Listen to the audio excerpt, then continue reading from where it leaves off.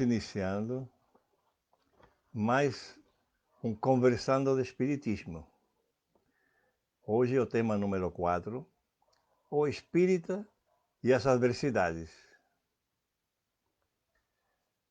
Nós escolhemos esse tema porque nessa atual reclusão obrigada que nós estamos, ela nos remitiu a ficar no lar e nos comunicarmos através das facilidades virtuais.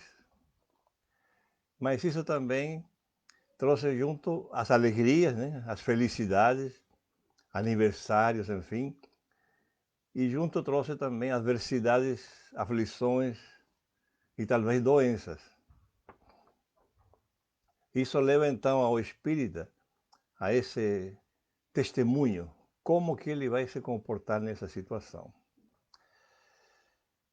Se for um trabalhador ativo, palestrante ou limpa o centro, enfim, os olhares ficam todos em cima do seu comportamento, porque nós temos a opinião de que o espírita ele é um ser perfeito já, não que está em vias de melhoria.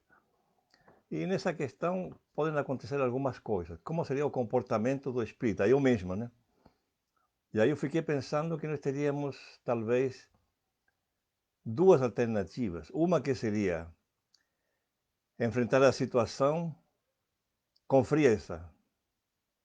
Outra, chorando. Uma outra, lamentando-se e reclamando. Desesperação. Ficar normal, nervoso. Ficar rindo nervosamente. O que eu vou fazer? Andando de um lado para outro.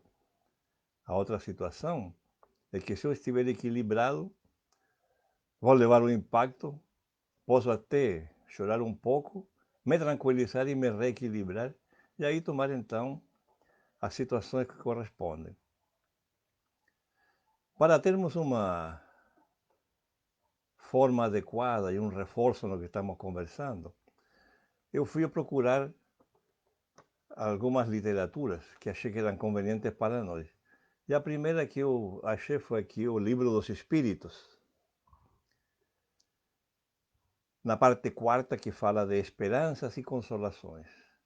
Capítulo 1, penas e gozos terrestres. Capítulo 2, penas e gozos futuros, para poder compreender, conhecer primeiro e entender o que nos leva a agir de uma forma e por quê.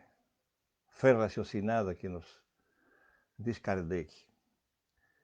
Já aí encontrar algumas coisas interessantes que eu vou resumir um pouco mais na frente, porque achei um complemento no livro O Consolador. O Consolador é um livro do Espírito Emmanuel, está aqui, o Consolador, na psicografia de Francisco Cândido Xavier, no capítulo 5, Evolução, Dor, Provação. Podemos complementar e reforçar esse conhecimento e a forma de nós agirmos. Resumindo essas duas informações, nós vamos descobrir que estamos afetos por aquele princípio que nós já abraçamos, que é a reencarnação. E a reencarnação traz, então, como espírito e depois como encarnado, compromissos que nós assumimos em função de que aí identificamos duas grandes situações: provas e expiações. Porque missão é muito raro. Por quê? Porque estamos num planeta de provas e expiações em vias de regeneração. As provas precisam de um trabalho para a edificação espiritual, vencer nossas situações complicadas, nossa preguiça, e a expiação, que é uma pena imposta de alguma coisa que fizemos no passado e que temos que recuperar na atualidade. E dessa forma nós vamos adquirir um conhecimento que vai nos permitir enfrentar as adversidades e as aflições. Nesse caminho nós encontramos na internet, procurando alguma referência talvez mais forte, uma definição de companheiros espíritas sobre essa situação do comportamento do espírita, falando de coragem. E diz assim: o espírita, com o conhecimento da imortalidade da alma, da lei de causa e efeito, e da infinita misericórdia de Deus, é alguém que deve, escutem direito, deve demonstrar coragem frente aos embates da vida, exemplificando serenidade e confiança, mesmo nas horas de adversidade.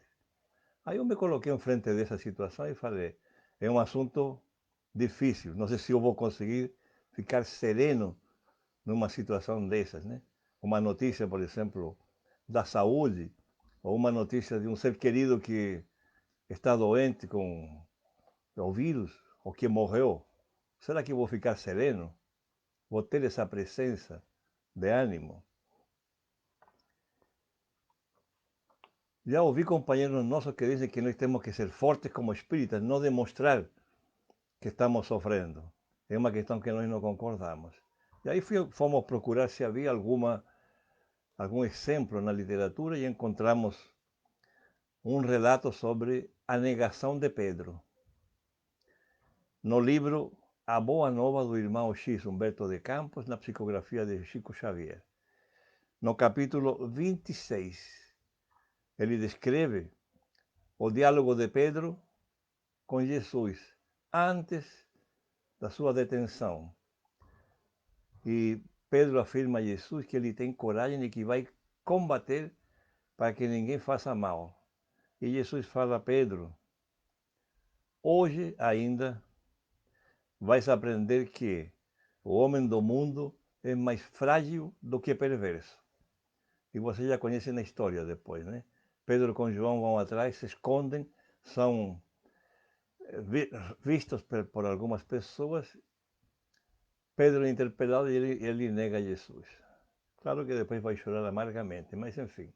Então, nós somos mais frágeis que perversos, somos humanos. E aí no final nós estamos trazendo, além desses conhecimentos, né, uma receita que achamos num livro de Emmanuel chamado Caminho, Verdade e Vida, capítulo 83. Chama-se Aflições e serve para qualquer tipo de aflição. Nós fizemos um resumo de um pequeno texto que fala ele assim: quando surgir um dia assim em vossos horizontes, ou seja, com aflições, compelindo-vos a inquietação e amargura, certo não será proibido chorar, diz Emmanuel. Mas, nesse instante, não esqueçam da companhia de Jesus, que está sempre do nosso lado, e do nosso Espírito Guia, que também está sempre do nosso lado, aos quais nós devemos procurar na hora da aflição. Então, posso chorar? Posso chorar, porque não posso me desesperar e não saber o que fazer.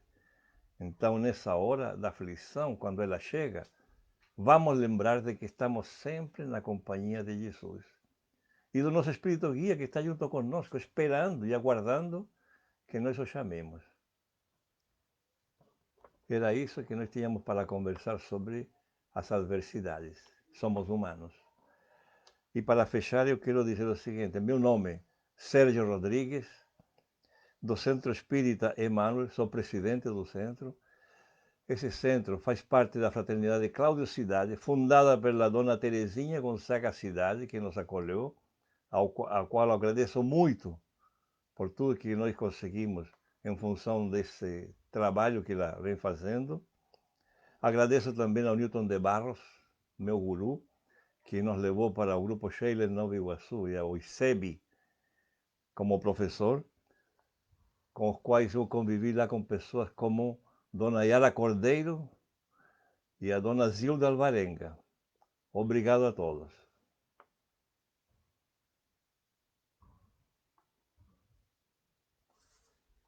Tá bom?